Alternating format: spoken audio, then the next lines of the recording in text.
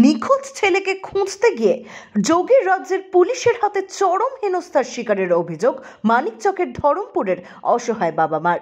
জানা গিয়েছে, কানপুরের গঙ্গাঘাট বাস স্ট্যান্ড থেকে রেল স্টেশন যাওয়ার পথে নিখোঁজ মানিকচকের চৌকি মির্দাতপুর পঞ্চায়েতের ধরমপুর এলাকার বাসিন্দা 28 বছরের যুবক ইন্দ্রনীল ঝাড়।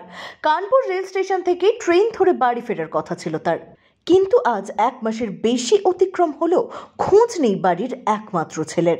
বাবা সাধন ঝা পেশায় একজন সেলসম্যান, অন্যদিকে মা জয়শ্রী ঝা একজন আশাকর্মী। পরিবারের পক্ষ থেকে জানা গিয়েছে, নিখোঁজ যুবক কলকাতা থেকে বিটেক পাশ করার পর চলতি বছরের মার্চ মাসে ইন্ডিয়ান অয়েলের অ্যাসিস্ট্যান্ট ইঞ্জিনিয়ার হিসেবে হরিয়ানার পানিপথে কাজে যোগ দেন। বিগত 19 এপ্রিল শারীরিক অসুস্থতার জন্য তাকে 15 দিনের ছুটি দেওয়া হয়। বাড়ি আসার জন্য ট্রেনের টিকিট না পেয়ে পানিপথ থেকে কানপুরে বাসে আসেন যুবকটি। কানপুরের গঙ্গাঘাট বাস স্ট্যান্ডে নেমে টোটোতে করে রেল স্টেশনের উদ্দেশ্যে রওনা হন। সেই সময় মায়ের সাথে শেষবারের মতো কথা। তারপর থেকে নিখোঁজ যুবক। 2 দিন পর্যন্ত যুবকের সাথে কোনো যোগাযোগ না হওয়ায় মানিকচক থানায় ছেলের নিখোঁজের অভিযোগ করেন। মানিকচক থানার থেকে ছেলের মোবাইলের লোকেশন খোঁজা হয়।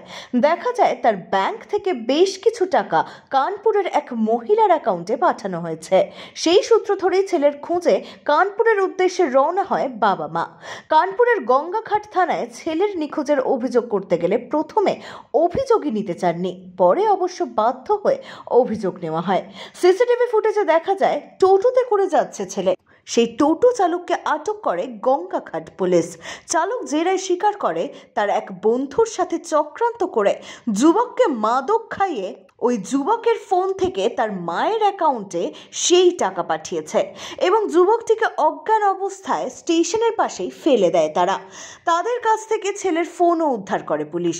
তবে এরপর ছেলেকে খুঁজতে আর কোনো কিছুই করলো না তারা বলে অভিযোগ। নিখোঁজ যুবকের মা জয়শ্রী ঝা কাঁদতে কাঁদতে বলেন, যদি আমার ছেলেকে খুঁজে পাওয়া না যায় তাহলে আমি মুখ্যমন্ত্রী যোগী আদিত্যনাথের কাছে যাব। কিভাবে তার পুলিশ কাজ করছে যে একমাত্র ছেলেকে তার মায়ের কাছে ফিরিয়ে দিতে পারছে না। যুবকের বাবা সাধন ঝা বলেন, কানপুরের পুলিশের কাছে ছেলেকে ফিরে পেতে আমরা ভিক্ষা করেছি। তাদের পরিষ্কার কথা, নির্বাচন চলছে, এখন সম্ভব নয়। যোগী রাজ্যের পুলিশ আমাদের সহায়তা করলে আমরা ছেলেকে এতদিনে ফিরে পেতাম। এদিন পরিবারের সদস্যদের সাথে দেখা করেন সিআইটিইউ মালদা জেলা সম্পাদক দেবজ্যোতি সিনহা।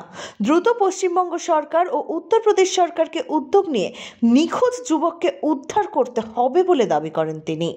মায়ের আসলে আমাদের বাড়িতে মন্দির আছে, মনসা মন্দির, সেই মায়ের আসলে আঁচল পেতে বসে আছি ছেলের অপেক্ষায়।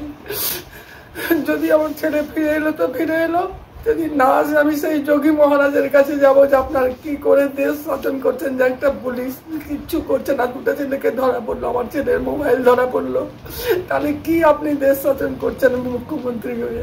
ছেলে প্রথমে লক্ষ্মী অ্যাসোসিয়েটেড, এখন যেটা ফ্র্যাঞ্চাইজিস ইন্ডিয়ান অয়েলে, সেখানে পানিপথে চাকরি করতে গেছিল অ্যাসিস্ট্যান্ট ইঞ্জিনিয়ার পোস্টে।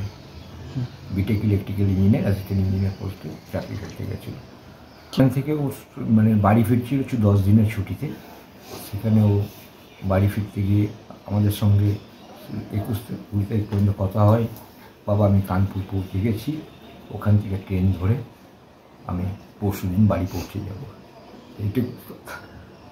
মালদা থেকে তন্ময় মাহারার রিপোর্ট, এক্সপোজ বার্তা।